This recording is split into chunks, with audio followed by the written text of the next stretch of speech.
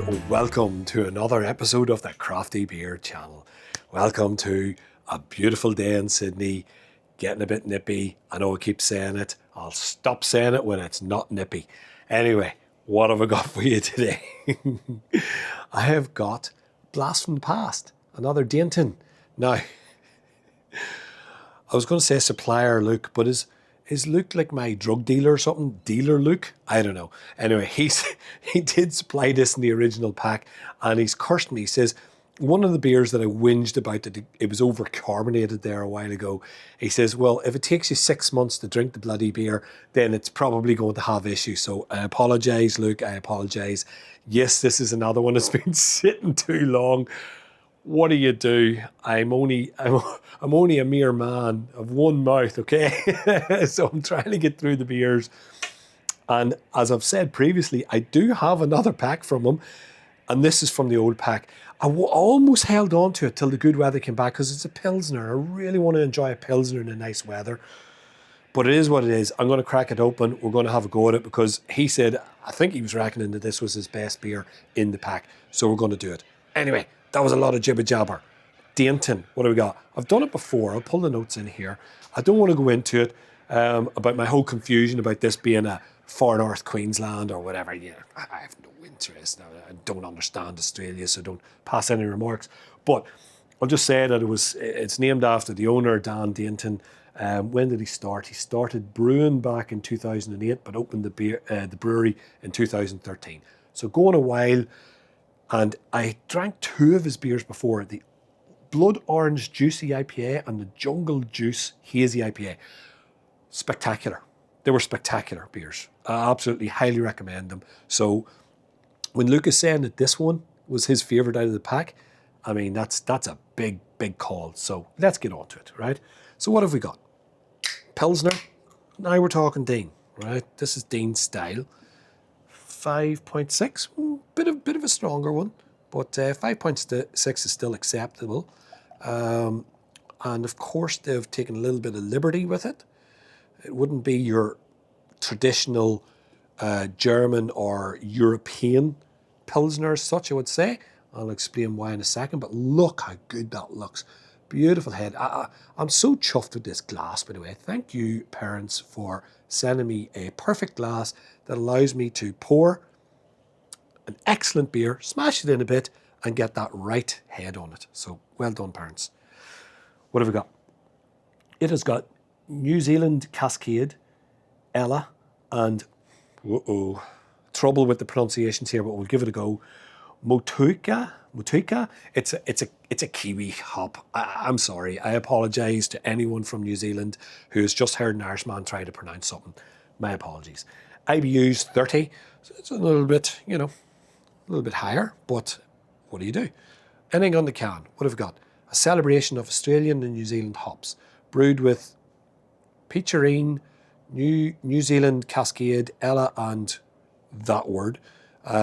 This West Coast Pilsner delivers clean bitterness, bright citrus and tropical notes over a lean malt base, crisp and refreshing.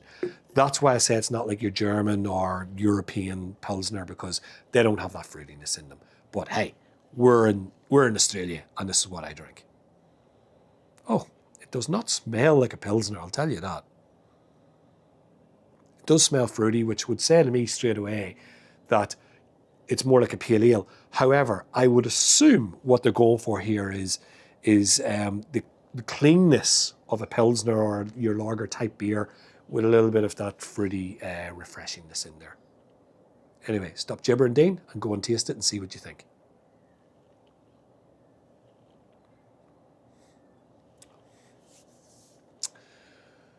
Yeah. Actually was expecting more of a fruit hit. It's a strange beer.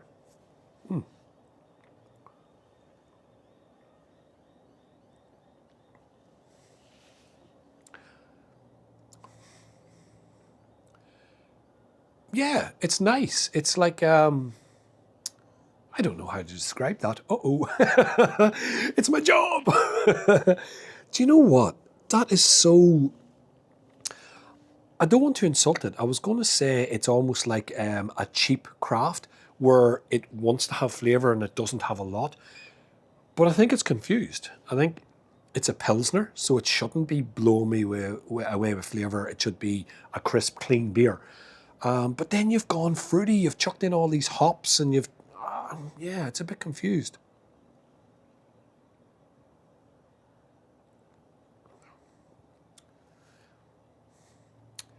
I'm not saying I don't like it. I do quite like it. It's just a bit confused. It's in its own. It's in a weird bracket. I don't actually know where I'd put this. It's enjoyable. I could drink it. I could drink it. It is a reasonably sessionable beer, I would say, because it's clean. The percentage, what I say, 5.6, a little bit higher, but very, very drinkable. Gassy. You'll see though the carbonation is actually very good on it, and it is a clean beer, but it's just weird. Okay, I'm beat. Excuse me.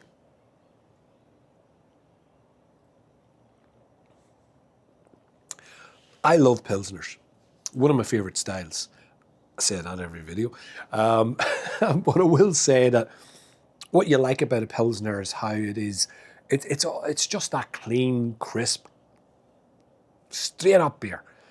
And this one is giving me some sort of weird infusion on top of that.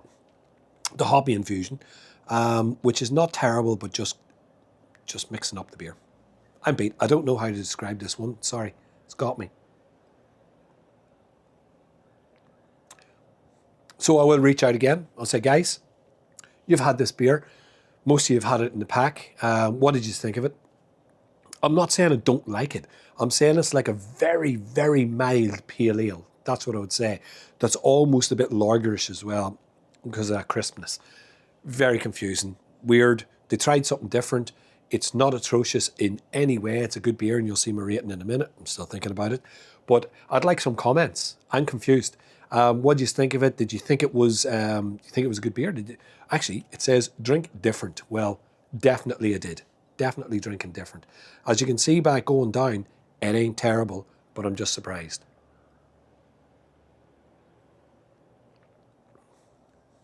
Yeah. Yeah, taking me by surprise. Don't know where to go with that one. Let's give it a rating.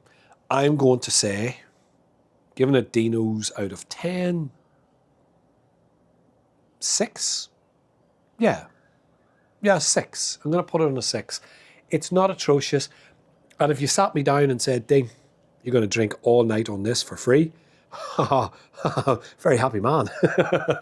But only because it's free. If you're charging me a whack of money for it, then that's a different matter. And that leads me on, segue, to how much it costs. Look at me whinge and moan and I'm almost finished. Ignore me. Right, I had a look on the website. A 16 non-case is $73.60. Why is it a weird amount? Because they're giving you 20% off. Now, do they always give you 20% off? I don't know. But they're giving me 20% off at the moment. It's normally $92. Let's just absorb that for a second. You're telling me that you're charging me 16 beers at $92 for a Pilsner? I'm not happy. Luke, I appreciate all the effort you're putting in here. It's great. You're getting a lot of differences in the beers, and it's introduced me to so many different styles. But that one there, you paid over the odds, did you? Or did you get it? Where did you get the price? I don't know. You probably got it a bit cheaper. Anyway, I'm not going to rubbish it. It's not a bad beer. It's quite drinkable. It's way overpriced. Wouldn't be my style. And I'll leave it at that. I'm going to finish it very quickly. And yeah, I probably would recommend, if you got your hands on it, of course, go for it. But man, outside of that, I wouldn't buy the case at that price. Either price, either the 73 or the 92. So I don't know. I'd leave that up to you. If you enjoyed the video, like and subscribe. Get your comments in.